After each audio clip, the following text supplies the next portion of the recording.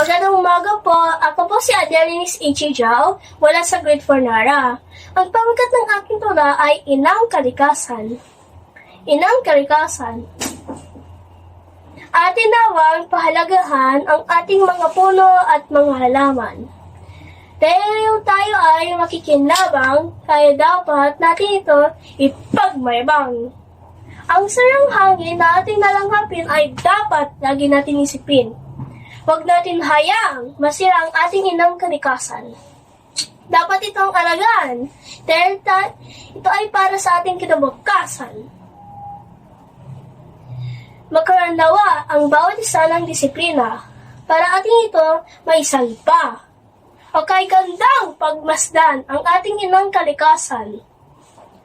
Ito ring nawa natin itong isang kayamanan na dapat pagkaingatan pagkat ito ay bigay ng kataas-taasan. Inang kalikasan.